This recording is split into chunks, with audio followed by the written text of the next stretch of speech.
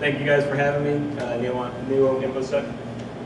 Today we're going to talk about some things that have been going on for, in some cases, longer than some people in this room have been alive. Just general security failures that we keep making. And seriously, it is 2016. Why are we still doing this stuff? We really should not. A little bit about me. I'm the Chief Information Security Officer at Binary Defense Systems. My career has pretty much evolved into security operations centers, threat intelligence, some incident response work, things like that. Just typical blue fun stuff. I do a lot of presentations at a lot of different conferences, except for this year, which I'm only doing this one and maybe B-Sides. We'll see. And my claim to fame is the one time I was on CNN, I probably blinked more than anyone in human history has ever blinked before. So that is true. I spent my whole time like this because I had no idea what I was doing. All right. So why am I talking? As an industry, we continue to make the same mistakes over and over and over again. Breaches happen all the time. Used to be a point where somebody got breached and it's like, oh man, that's really bad. And now it's, they got breached, cool. What else is on the TV? But the thing is, we never learn from that, it seems, as an industry, because breaches continue to happen, and a lot of times it's through the same methods that are very easy to mitigate. We're going to talk a little bit about that later on. And seriously, as an industry, we're literally like a 3-year-old kid who goes to grab a hot panhandle. Ow, that's hot. I'm going to keep doing it, because it's going to take me a while to figure out this actually hurts. That's what we're doing. We're getting pwned. We're getting breached. We're popping boxes. Old school. But it's still happening, and we're not learning from it. And that's a major problem.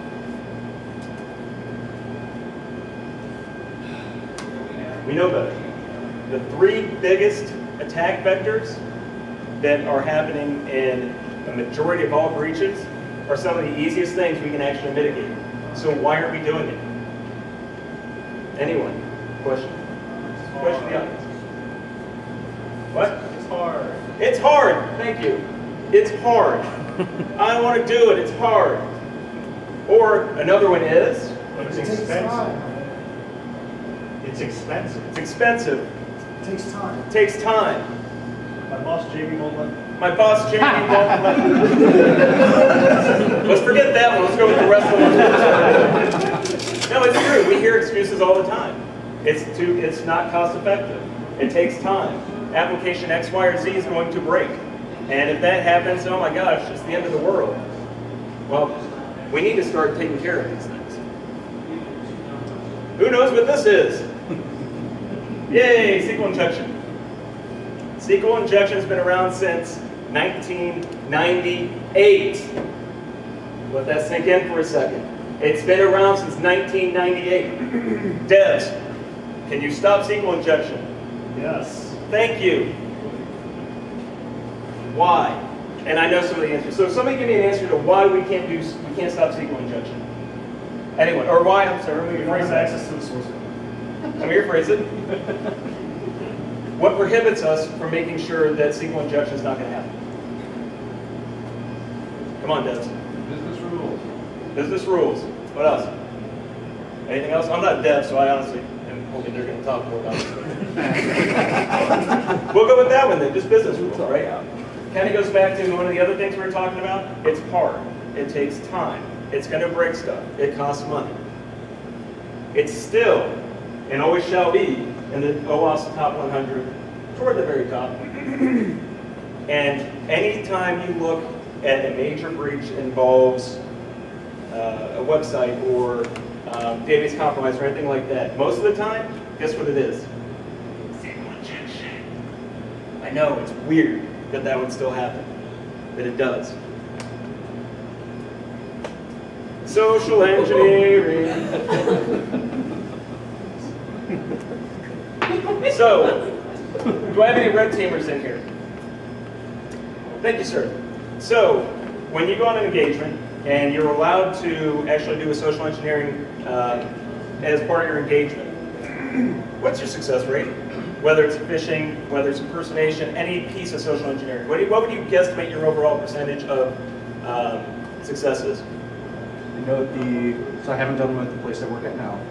The old organization, it was 50, 60% sometimes. Wow, that's actually really good. So, gentlemen said about 50, 60%. Anyone else here do actual like social engineering engagements? Sir? We have 36% failure rate. 36% failure rate. Tyler? I've had it where I've had between a 10% up to 95% success rate. Right. 10 to 95%. So, social engineering. Again, here's the scary thing about social engineering. It takes very little technical skill. SQL injection, now, yeah, you get cheat sheets. You can find things on the internet. You can watch videos and stuff. But you still have to have at least a little bit of technical understanding to actually, once you get in, to move yourself around. Social engineering doesn't really take anything. You can be a great con artist, and all of a sudden, you can get access to pretty much anything you want if you're really good.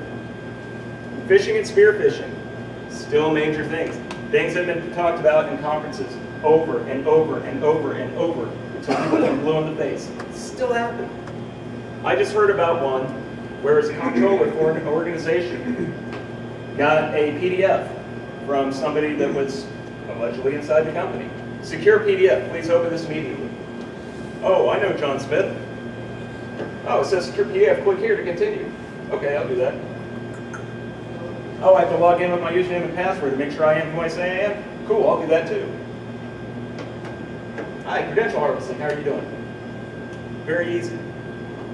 But it still happens. And honestly, if you have anything to do with security and you're sitting in this room, it's our fault. It really is. It's our fault that people in our organizations are falling prey to things like this. And we're going to talk a little bit about that too. Okay. For those of you who don't know me, this is like a big pet peeve of mine, is monitoring, because I do work for an organization that has a security operations center. A lack of monitoring. So, let's say you have an organization that is closed the day after Thanksgiving, which is a Friday. You don't come back to work until Monday. A good attacker, not a script kiddie, somebody who's really targeting you, they're going to know, basically, they're going to do their recon. That's what these evil people do. Is they do their recon, they find out our weaknesses, they find out the best ways to attack, when to attack. They're going to do their recon, and they're going to find out what's your response time, if you have response time to different types of probes, different types of attacks. And if your security team doesn't really do anything, for example, I don't know, the day after Thanksgiving, and they decide to start launching something Thursday night, and you're getting your emails, yeah, I'm full, I don't even want to read this right now. Oh, left overtime, I'll read it tomorrow. Come in on Monday, and oh crap, we have a big problem with monitoring. And I'm not saying this is an end-all be-all, because it's not, but it gets a jump on what's going on. It helps you see things faster. I hear all the time, hey, we're good, we have monitoring. You know what, I get an email every morning of things that happened in the past 24 hours, and as soon as I get in, I drink my coffee and I read this report. Hey, that's cool. What happened overnight? What happened an hour after that report went out the day before? Daily reports are great if you're an executive and you like looking at pretty pictures. Other than that, if you're an analyst or somebody who actually has fingers on keyboards doing the work, a daily report is worthless. So you have a SIM or you have any other type of monitoring technology. Hey, it's cool. I have the default content that vendor X installed on it. It runs great. Okay, that default content is in there. That's awesome. What have you done with that content? Have you tuned it? Have you configured it for your environment? Have you looked at your network to make sure that whatever rules are in there are actually firing? Have you tested it? Now, whether it's a SIM or it's some kind of network monitoring or database monitoring, FIM, it doesn't matter. Default content does work. It's there for a reason. But default content on its own will not do anything for you if you don't tune it and you don't make it effective for your own environment. And not monitoring upstream and downstream connections is my favorite. So, really quick, anyone understand what I mean by upstream and downstream connections? So, let's say that you're a big box retail chain. I don't know, let's say you're Target. And let's say that you have an HVAC vendor that has access to your network. Why wouldn't you monitor them? They have access to your network. And I'm not saying that if they were monitoring them correctly, that they wouldn't have got popped. Maybe they would have given them a chance, though, to see, hey, something's not right here. Something's not adding up. We should probably look into this a little bit better. All right. I love this community. I really do. It's time for some tough love, though. Guys, Verizon and any other breach report. Everyone reads these, right? Oh, the Verizon breach report's coming out. Oh, it's going to come out next week. I can't wait to read it. I'm going to read it. I'm going to read it. It's awesome. And we read these things. Or do we really, or do we just look at it and say we did? Articles, podcasts, presentations like this one. They're all great sources of information. Honestly, right now, as opposed to 10 years ago, there's more valid and good information out there that's available than there has been about 10 years. So it used to be you had to go to a conference, you had to see a presentation, or you had to read a white paper or something like that to get some knowledge. Now, because of groups like this one, other groups, the internet, YouTube, you can see a lot of great presentations, get a lot of really good, insightful information. Thing is, a lot of time we don't do anything with it. What are you doing with all this information you get? What are you doing with information from the Verizon breach report? What are you doing with information you heard on that podcast or that presentation you went to? Or any of this other stuff that you see? Knowing what is going on in the industry isn't just a status symbol. Unfortunately, it seems like that's where it's going now. Look how much I know. I read this and I read that. You know, did you hear about this new piece of technology that blinks 3 times that there's an attacker and 2 times that they stopped it? You know, all this information. That's cool, man. You read a lot. But knowing how to take that information and actually apply it, actually implement it, that's what counts. It doesn't matter how much you read if you don't do anything with that knowledge, or you don't share that knowledge with people who might have to do the work. You know, I don't do anything as far as development. None. These guys won't let me near anything that's code related. However, if I see something cool, or I see something that, you know, maybe is beneficial to them, I'm going to send it their way. Now, 9 times out of 10, those guys already know it. But I'm going to send it saying, hey, check this out. Is this cool? Yeah, it's like a year old. If you're not doing anything with this information, to be perfectly honest with you, if you don't plan on doing anything with it, you are wasting your time. It's great to get some good knowledge. And maybe you're not in a position where you can actually apply the knowledge yourself or implement the technology or anything like that. If you pass it on to somebody else and tell them, hey, I'm giving this to you, you should really look into it, that's not a waste of time. If you're just reading it just to read it, you're wasting your time. All right, let's talk about trends, baby.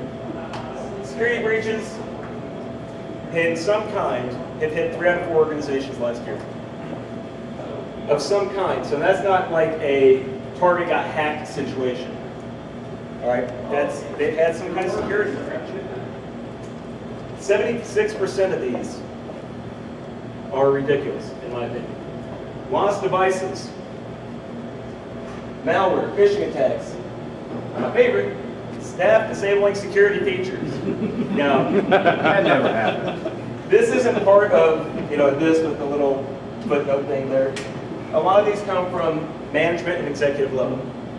I threw that in there for personal experience. Show hands, if this applies to you. How many times have you ever had to disable a security feature for someone because they need to do it right now? A lot of us. It happens all the time. Well, now going back, how many of you, you know, re-enable that security feature? Maybe it's not a fault of your own. Maybe you had to do it real quick. Say, all right, yeah, CEO needs this. Okay, boom. I don't want to do it, but whatever. And then you have your regular job that you're doing, and maybe you forgot to go and do that.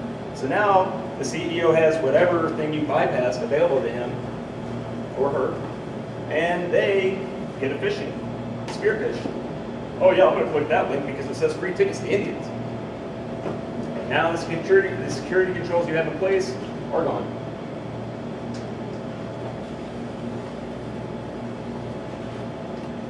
So this slide here does not translate very well on a screen, which is fine. So what I'm going to go over is the top 1, 2, 3, 4, 5.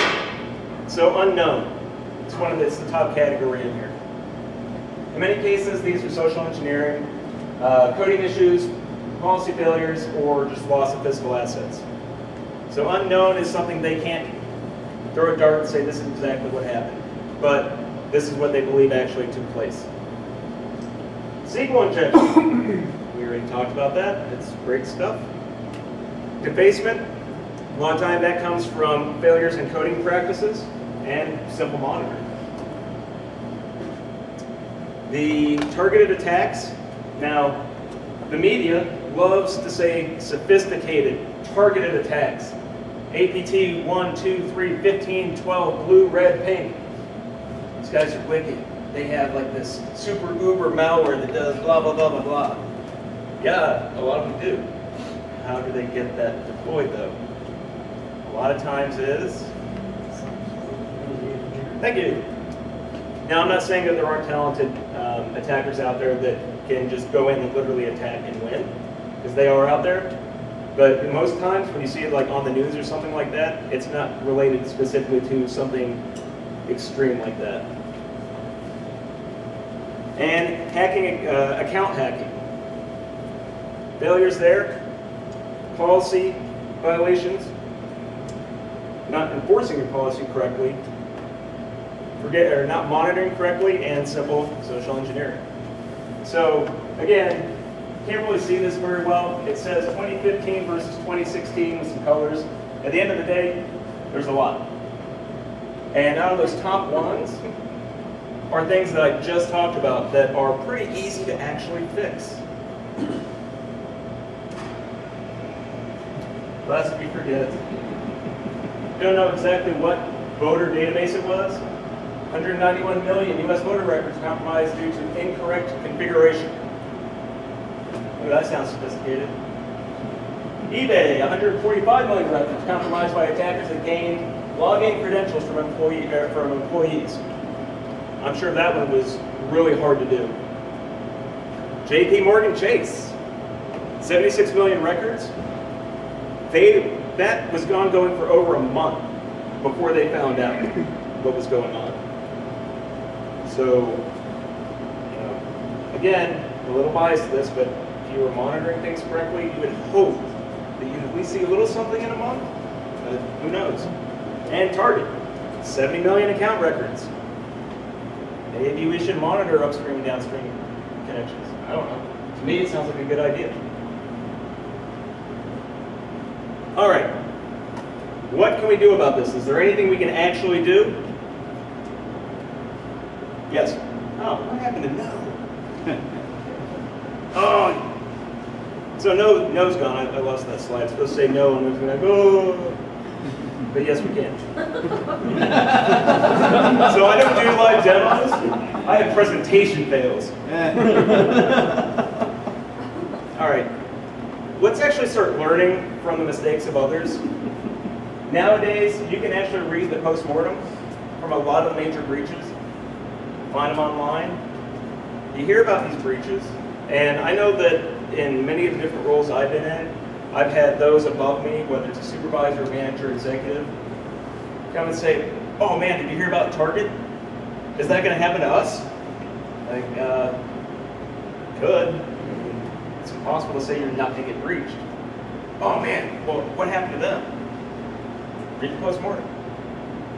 Get that information. Take it to somebody who will listen. Your supervisor, manager, executive, or somebody.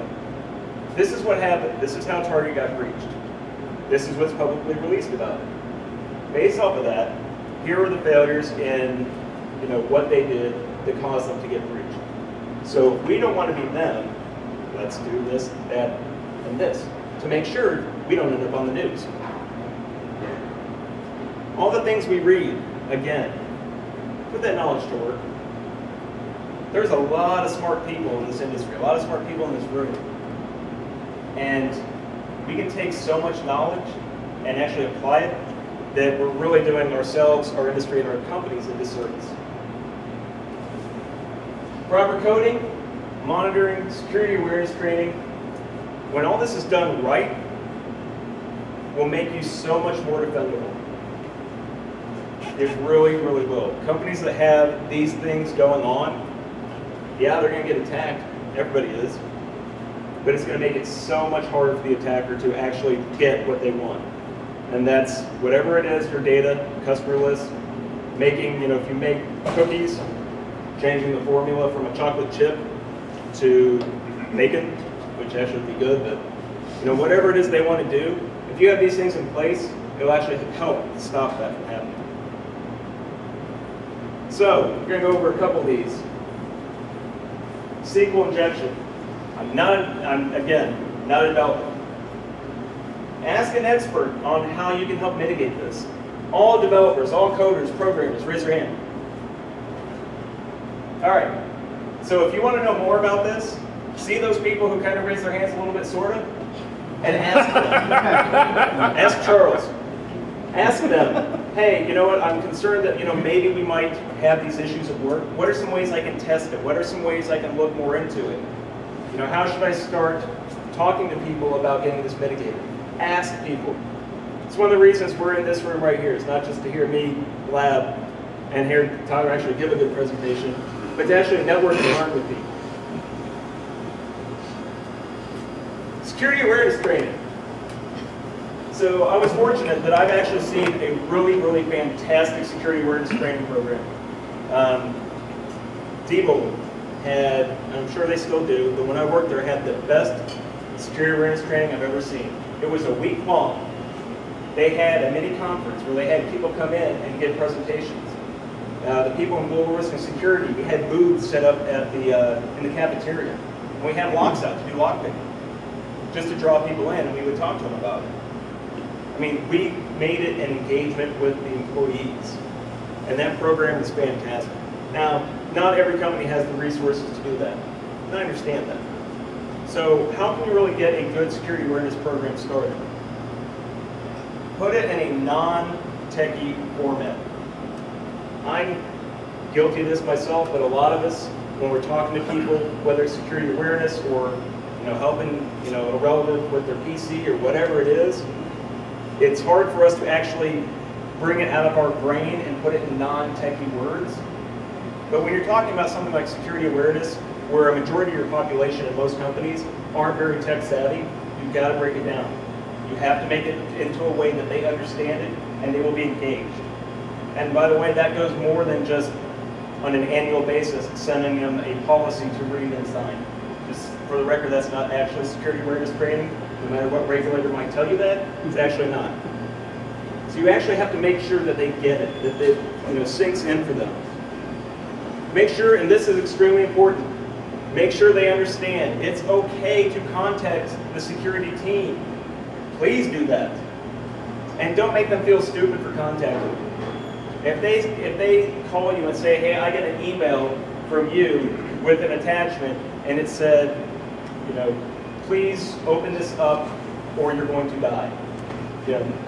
Probably not from you. I hope not. Otherwise, HR is probably going to be the next email that goes out. However, if they call you, don't go, of course I didn't send that. Are you an idiot? Which happens a lot. We preach and preach and preach to end users and our staff and our community at work. Hey, if you see something, say something, look for these things, but when they contact us, we make them feel like idiots. Can't do that. They have to feel good about contacting us, no matter what it is. Make sure that they actually know what to do in some kind of security event. I got an email, I think it's suspicious. What should I do? Have these things ready to go. Have some little scenarios, even a playbook on if an employee calls with this, how should we handle it? And just as important as that, make sure that you have procedures in place in the security team to actually handle these things when they come out. I've worked in security departments before where they would complain about end users all day, how they're stupid, how they did this and that, and then they call with a potential malicious email that they can't remember if they actually opened or not, the attachment, and then the security team's like deer in the headlights, what do we do now? So security awareness training goes beyond just training the staff on correct security measures. It's also training your team on how to react when they get a call from somebody about this.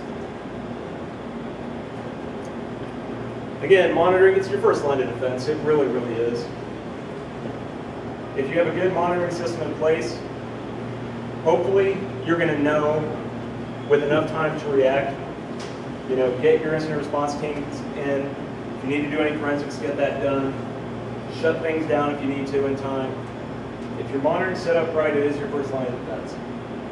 And a lot of people say, I have a SIM, or I have this, or I have this, and I have, you know, Blinky Box X or whatever. Yeah, that's cool, and that technology is valid, and we buy it for a reason. There's a reason that capital spending for the information security side, or information security products, continues to grow, because there are good products out there. But you actually have to be able to use them, and if it sends a log, you should monitor it. That's, I'm gonna get that tattooed somewhere. It sends a log, monitor it. Skilled resources are needed. And I'm not saying that it has to be a dedicated security analyst that's sitting there 24/7, 365. But if you're going to do some kind of monitoring, you have to have somebody who actually can understand if they see something, what they should do next, how they should investigate it. It goes way beyond having, for example, a SIM and saying, yeah, if this thing happens here, do this. Okay, cool. What about these other 15 things? I don't know. Send them to the networking side. You have to have people who understand how to investigate and react. Again, daily reports, they're not going to work. Things will slip through the cracks if you just have a daily report. And my personal opinion, no one's ever going to say you won't get hacked. If anyone ever says that, feel free to laugh in their face, because it's impossible to say you won't get hacked. How fast you can respond to some kind of security incident is really what makes the difference between you stopping the bad guy, saving the day, or ending up on the news. A couple of quick other thoughts. Cyber insurance. Yeah, I know I said cyber, so everyone can take a drink afterwards. It's something to look into. It's, for the insurance industry, it's relatively new, but it's definitely something to look into. Depending on the size of the organization, just like any other insurance thing, right? Size of the organization, what you want insured, how you want the policy set up, things like that. It's going to vary, so whoever is responsible for that, find out what it entails for you and your organization. Most importantly, though, for anyone who does any kind of security work, if you have cyber insurance, drink. You need to know when to actually activate your policy, because that is very critical. So, a takeaway for you guys, with the people, if you have anything to do with the security team at all, find out if your company has a cyber insurance policy. And if they do, ask them if there's any guidelines on when that has to be, when you actually have to invoke your policy. Because there's a lot of things that go into play with cyber insurance that I go way beyond what I know. IR tabletops. IR tabletops are great. They really, really work great. However, I think there should be two different ones. You should have a technical level IR tabletop, obviously for the tech folks, so they can understand what needs to happen in the event of an incident. You also have to have an executive level tabletop.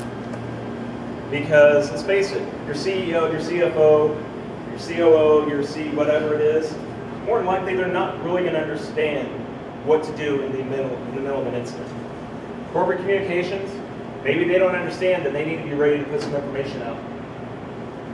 You know, corporate marketing, if you have brand defacement or something like that, what are they going to do about it? You know, at what point do you contact external legal? At what point do you bring in a forensics company? Things like that. So there should be two different tabletops, but they're very important. And a GRC review. So go ahead and everyone take a big yawn, because it's compliance stuff, but it's important. You know, there's a reason we have governance, risk, and compliance. Do a review of your policies and procedures. You know, maybe if you have a manager, an executive, or somebody who's always wanting you to bypass some security side, maybe you should do a review of the policy and just kind of remind them that based off of this is why you really can't. But if you talk to my manager, maybe they can explain it better, on and off up the chain, so stuff actually rolls uphill for you instead of down. But you really should look at the policies and procedures you have in place regarding security. So to kind of bring it all together, we as an industry are making the same mistakes. Continuously, we are. And it's just getting ridiculous. Again, reading white papers, presentations, all that stuff. You're wasting your time if you're not doing something with that knowledge. Share it or implement it. Do something with it. Everyone makes mistakes. Companies make mistakes. Companies get breached. What can you do to learn from those mistakes? Again, look at the postmortems after a breach. After you see a breach on the news, read them. See what happened. See, kind of role play or tabletop, if you will. What would happen in your environment if that same thing happened to you? How would you be able to detect and respond? Forever coding, monitoring, security awareness training, all these things, again, if they're done right, will mitigate your risk. And it's very, very simple to do. Good question. Who knows who? Dang it! We're in the back because people in the front saw it. Who knows who I heard it from over here? General Mad Dog Maddox. Love that guy. And as I was thinking about like my final takeaway thing, all I could think about was this. This is actually what he said the first time he went to Iraq and met with some of the Iraqi leaders. For those of you who can't read it, I blurred out the F. So, I come in peace. I did not bring artillery, and I'm pleading with tears in my eyes. If you F with me, I will kill you all. So, I'm begging you. I came in peace. I came with some knowledge to give you. But I'm begging and pleading with you with tears in my eyes. If you don't take this away and actually use it, there's nothing I can really do, but let's pretend I said something that'll make you scared or something. Seriously, what am I going to trap you down? Insert something Yeah, inspiring. insert inspiring quote here. Again, you have to be your own security advocate. Stand on a mountaintop and scream it. Find a way to get management and executive buy-in. Now, how many times have you heard that before? Management and executive buy-in. Yeah, it's not easy, I understand that. I've had to do it myself. But don't stop doing it. Give them reasons. Show them examples. And not just the big breaches either. Because a lot of times, you might work in a company that says we're small. Our industry doesn't get attacked that much or at all. It doesn't really matter. It does. If your company does something and they make money, or even if they're a nonprofit, there's a reason that the organization exists. And if the organization exists, out there will be somebody who wants to do something about it or with it. So everyone can get attacked. It all depends on what the motivation is. Ask the question. Is security more expensive than the total cost of a breach? A lot of times it's applications. It's based off applications. So we can't do this because we have this application that'll only run on Windows 3.1.1 and it's our main accounting application. And oh my God, if we do anything with this box, we put one patch on it, the entire accounting system goes away and none of us get paid. You might be right. That might happen if you do that. So maybe we should migrate off this Windows 3.1.1 box with a Pentium inside to maybe something more stable and an application that's more modern so we can actually put some security behind it. But that does what? It costs time. It costs money. It's hard. Oh, so is getting your name on CNN going, hey, they suck. Come on now. All right. So if you actually want to talk to me about any of this, on Twitter I'm at Murdock, and jamie.murdock@binaryevents.com is my email. I have one. No, I'll remember. So I have one question for you all. It involves a t-shirt. Before I go and ask you questions, or you ask me questions or something. I'm asking you one. Who is the HVAC vendor for Target? No phones. Anyone? Yeah. No one. Okay, now I gotta think of different. Okay. Jog some memories. On my bio slide, with my head posted on something, what was that? Oh, I know. It was the puppy monkey baby.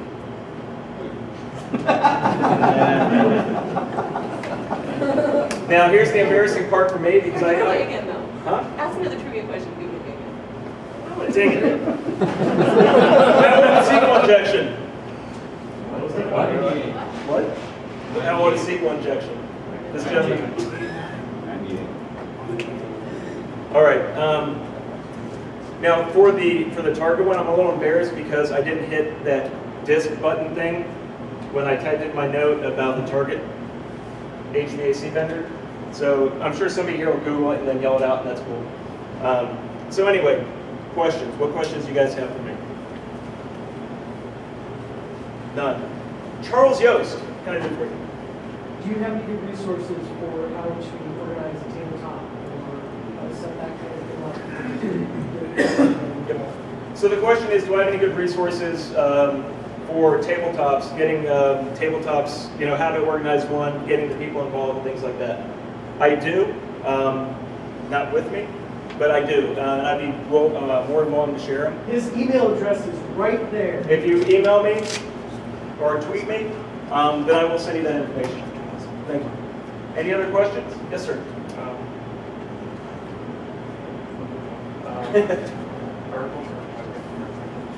So the question is, articles or podcasts that I recommend.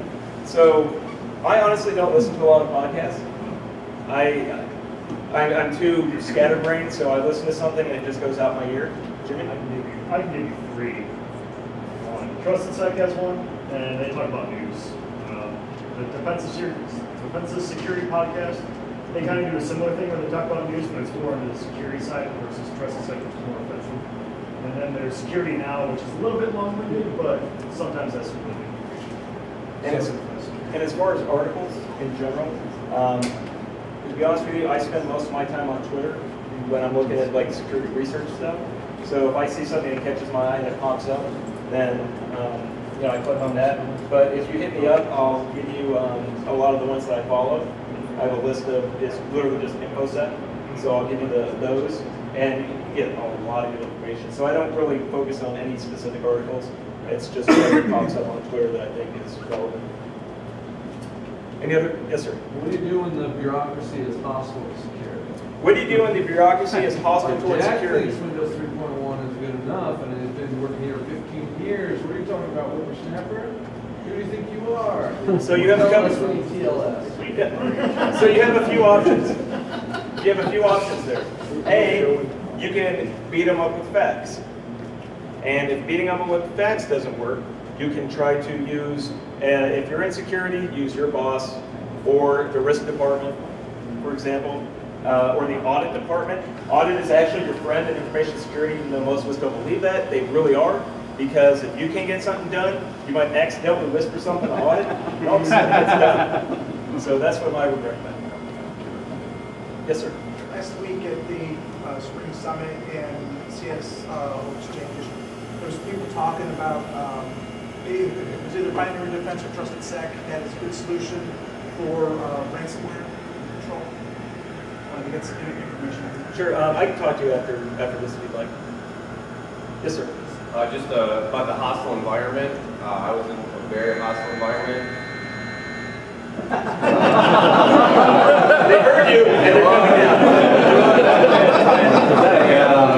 Having to sign a liability form. I had executive sign off that they have the responsible for the liability of that accounting system, or the CFO, the accounting system, or whatever highest level. Usually you have to get your highest level to go over and have that conversation, but especially for budgets.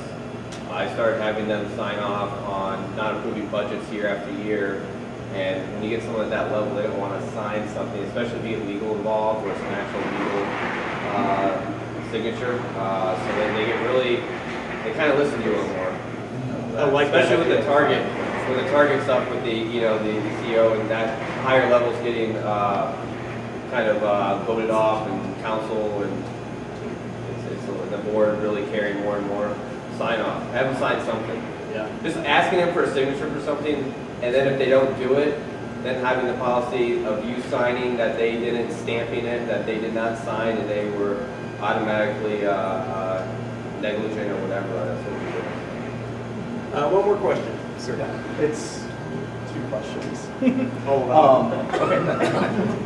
So the first has to do with media hype cycle and talking to executives. So every time I've ever had a conversation with an executive, they go, "Oh my God, the thing my hair is on fire about right now is this thing," and you hear it and go, "Yeah, that's not the biggest thing we have to worry about." So there's the question of how to deal with that without getting too technical. And then the second question, which is very much attached to that, is estimating breach cost. It's very, very difficult, nigh impossible. So what are your thoughts on both of these things? Sure. So the first one is, I can give you one of the recommendations that I've done before, right? So a lot of times if you don't have one already, and it doesn't even have to be formalized depending on the size of the organization, but a steering committee. So a lot of times, organizations that have a steering committee, you will list out your security projects and prioritize them. And then if there's an, "Oh my gosh, my hair's on fire, what happens with us with this? We need to focus everything on that." You can go back to the steering committee and say, that we've been instructed to deviate from these 5 projects, let's say, and now do this. But back that up with, here's why we believe, as the experts in this company, why we should still be focusing on this rather than this. Here's the risk. Here's the overall risk to our organization based on this, as opposed to the risk of not doing these things instead. So that's for question 1. Question 2. Question 2 is more difficult. I'm going to have to think about that and get back to it. I got an example where our organization takes the cost of a record lost, customer record, takes the average cost, and then sets a certain amount of money aside based on how many records we have in storage. Yep. As opposed to cyber insurance. So that was my only real thought, or my only way to get an accurate number to actually show them what the actual cost is, would be talk to somebody who does cyber insurance. Or there's actually companies, I know a few of them off the top of my head, but I don't really want to plug just a company because I can only think of one, honestly, off the top of my head. But there's companies that actually do risk analysis for cyber insurance. So just like anything else, insurance is based off of risk. So they have to be able to quantify that risk off of something. So there's companies out there that will actually go out, quantify the risk of your organization. And that will give you the actual number of it. You have to know the assets you're trying to present for protect. Yeah. Customer data, intellectual property, other types of assets. Yep. That's the key. Just to dovetail off that, the Conum Institute is the leading, risk analyzer in that space, and they have entire white papers on small businesses in your industry sector versus on how much a breach costs. An interesting statistic is they say about 60 to 70% of the breach cost isn't actually the cyber insurance or a breach record, it's actually legal fees. So that's usually a huge part, negotiating, which usually isn't covered in your cyber insurance. Yeah, that's true. I mean, and again, I was talking about just like different conferences and presentations and things like that. A facet of security that I think is very underestimated, but very beneficial to everybody, is cyber law and cyber insurance. Honestly, if you want to start looking into something new to kind of see what's going on, yeah, it's always great to be technical and all these other things. Look what's going on with cyber law and cyber insurance, because there's a lot going on, and with all the different policies that are getting written, different laws are getting put in place, different regulatory compliances that are coming in, cyber law and cyber insurance are going to play a big role in those. So we know they're coming. It's getting more popular. Start looking into that kind of stuff. And if there's any other questions, I'll be around for the entire show. But I want to thank everyone for coming out and listening to me. Yeah, thank you.